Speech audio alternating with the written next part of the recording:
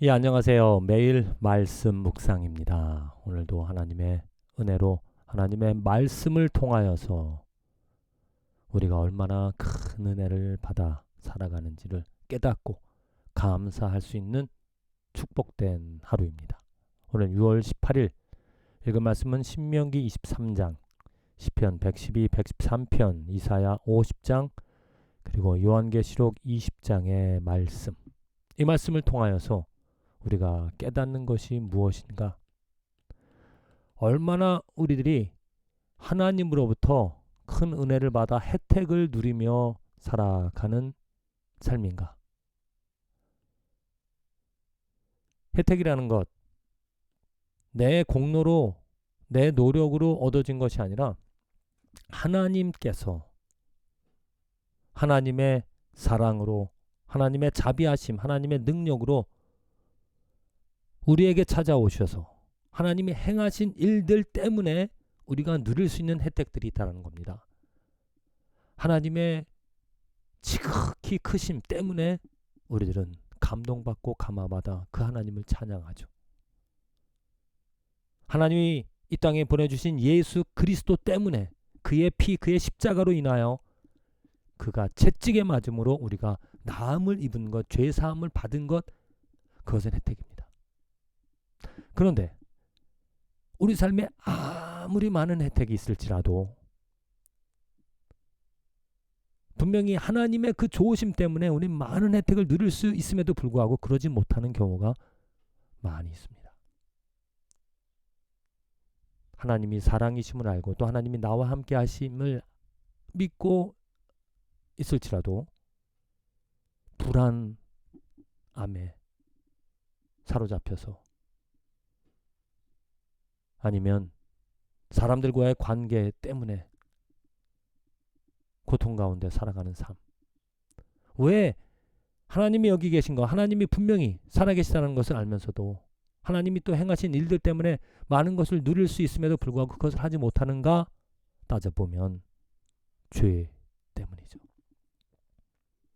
그래서 오늘 말씀을 통하여서 정말 내 죄를 깨닫고 내 죄를 회개하고 죄에서 돌아섬으로 그 죄를 떨쳐버림으로 말미암아 하나님의 은혜로 하나님이 우리에게 베풀어 주신 놀라운 은혜, 혜택들을 누리며 살자. 그게 오늘 우리들에게 하나님께서 주신 그 말씀을 통하여 누릴 수 있는 축복입니다. 먼저 신명기 23장입니다. 신명기 23장에 그 세세한 하나님의 법과 규정들을 말씀해 주십니다. 근데 특별히 관심을 갖는 말씀이 내 이웃의 포도원에 들어갈 때에는 마음대로 그 포도를 배불리 먹어도 되느니라. 그러나 그릇에 담지는 말 것이요 내 이웃의 곡식밭에 들어갈 때에는 내가 손으로 그 이삭을 따도 되느니라. 그러나 내 이웃의 곡식밭에 낫을 대지는 말지니라. 이게 하나님께서 이스라엘 백성들에게 주신 법입니다. 그래서 이스라엘 백성들은 가난할 때일지라도 궁핍한 그런 상황일지라도 포도원에 들어가서 마음껏 그 배고픔을 해결할 수 있었다는 거죠. 또 곡식을 따먹을 수 있었다는 겁니다. 마치 이 말씀을 통하여 공산주의, 사회주의자들이 이 말씀을 통하여 하나님이 원하셨다 그렇게 말씀할 수 있는데 너무 나간 것이고 하나님께서 이 말씀을 주신 목적은 무엇이냐?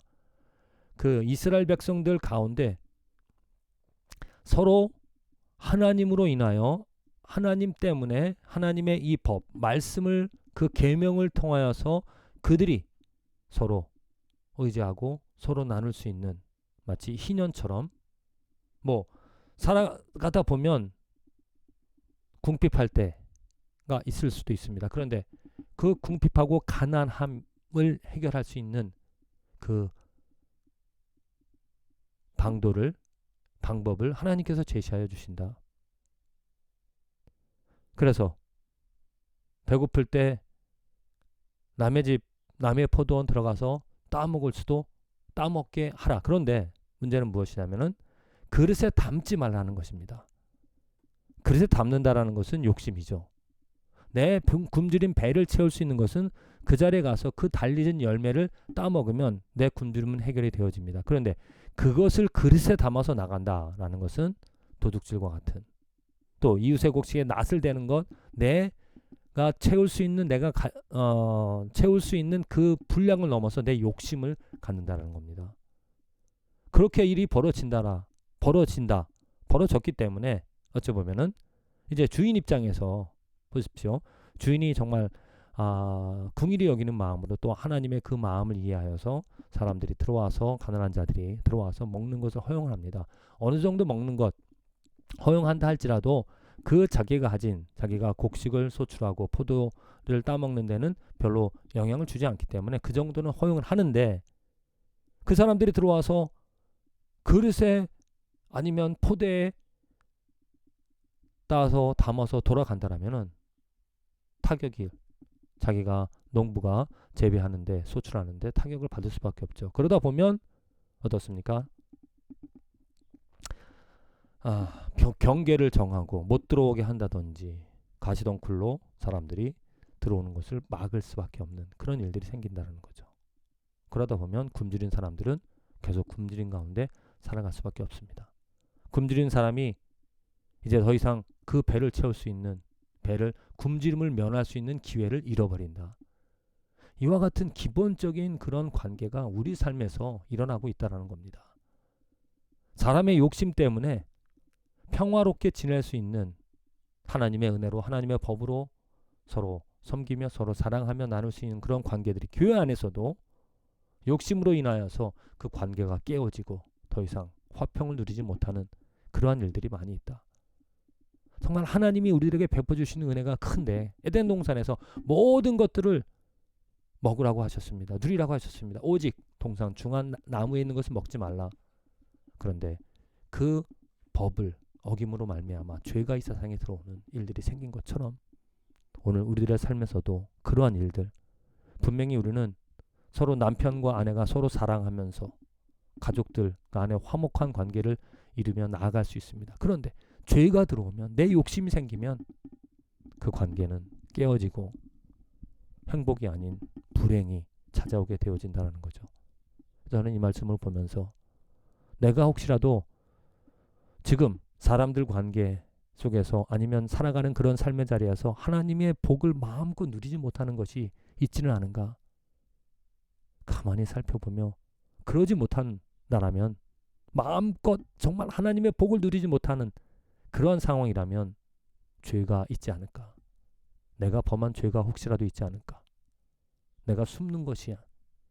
내가 정말 마음껏 누리지 못하는 그 원인을 가만히 살펴보면 죄라는 것이, 내 욕심이라는 것이 있을 것이다. 그것을 살펴보고 그것을 버리는 일이 이 말씀을 통하여 얻는 우리들의 축복이지 않을까 한번 생각해 봅니다. 이어서 요한계시록 20장입니다. 천년왕국이 세워집니다. 누구 때문에? 하나님의 계획, 하나님의 능력으로. 왜 하나님께서 천년왕국을 세우시는지를 모릅니다. 그냥 그 사탄을 다 그냥 패망시키셔서 새하늘과 새 땅 바로 만들으셨으면 좋겠는데, 천년을 우선 정하시고 천년 동안 그 사탄을 옥에 가두고, 그리고 잠깐 동안 그를 놓아주어서 결국에는 사탄의 그런 패망을 막게 하시는데, 그 사탄을 그 옥에 가둘 때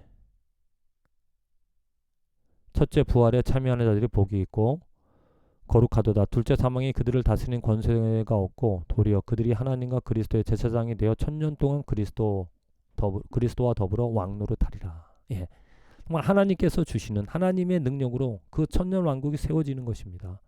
그런데 그 천년 왕국을 세워주심으로 말미암아 그 첫 번째 부활에 참여한 믿음을 가진 자, 순교한 자, 신앙을 저버리지 않은 승리한 자, 그리스도의 제사장이 되어 천년 동안 그리스도와 더불어 왕 노릇하는 놀라운 축복이 있다는 거죠.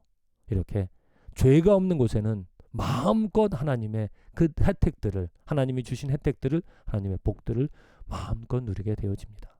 그래서 결국에는 이제 사탄을 잠깐 동안 옥에서 놓게 하여서 전쟁을 일으켰을 때 그를 이제 심판을 불과 유황못에 던지게 되어지죠. 그리고 나서 이제 사람들 심판을 하시는데 생명책에 기록되지 못한 자는 불못에 던지더라. 생명책에 누구 이름이 기록이 되어지는가? 예수 그리스도로 인하여 그 이름이 생명책에 기록이 되온 자는 이 심판을 면하지만 그러지 못한 자는 불못에 던져진다. 무서운 말씀입니다. 이사야서 50장의 말씀입니다. 주 여호와께서 학자들의 혀를 내게 주사 나로 곤고한 자를 말로 어떻게 도와줄 줄을 알게 하시고 아침마다 깨우치시되 나의 귀를 깨우치사 학자들같이 알아듣게 하시도다.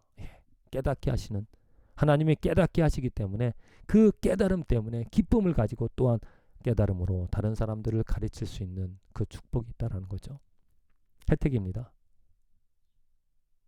하나님이 깨닫게 하시는 그 은혜를 누릴 수 있는 우리들이 깨끗한 마음으로 사모하는 마음으로 하나님의 말씀을 읽고 하나님의 말씀을 들을 때 하나님의 말씀을 읽을 때 하나님이 이렇게 깨닫게 하셔서 하나님 때문에 우리는 놀라운 하나님의 마음을 하나님의 섭리를 날마다 깨달아가며 살아갈 수 있다.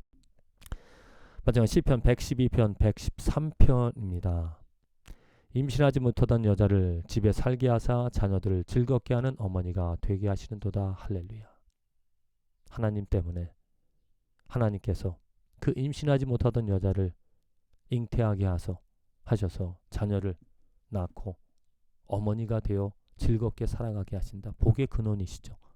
자, 오늘 하나님께서는 우리들의 복의 근원으로 우리들을 찾아오시고 우리들에게 그 복을 누리게끔 은혜를 사랑을 베풀어 주십니다. 누가 그 복에 하나님께서 주신 그 복을 누리며 살아갈 수 있을까? 혜택들을 받으며 살아갈 수 있을까? 죄 없는 자입니다. 죄가 있다라면 조금이라도 죄가 있다라면 그 복을 누릴 수 없는 불안함 가운데 걱정 근심 염려 가운데 살아간다는 거죠. 부디 저와 여러분들의 삶에 이 죄를 말갛게 씻음으로 말미암아 죄를 없이 하고 돌아서고 버림으로 말미암아 하나님으로 누릴 수 있는 놀라운 복들을 혜택들을 누리며 살아갈 수 있는 축복된 하루가 인생이 되어지기를 간절히 기도드립니다.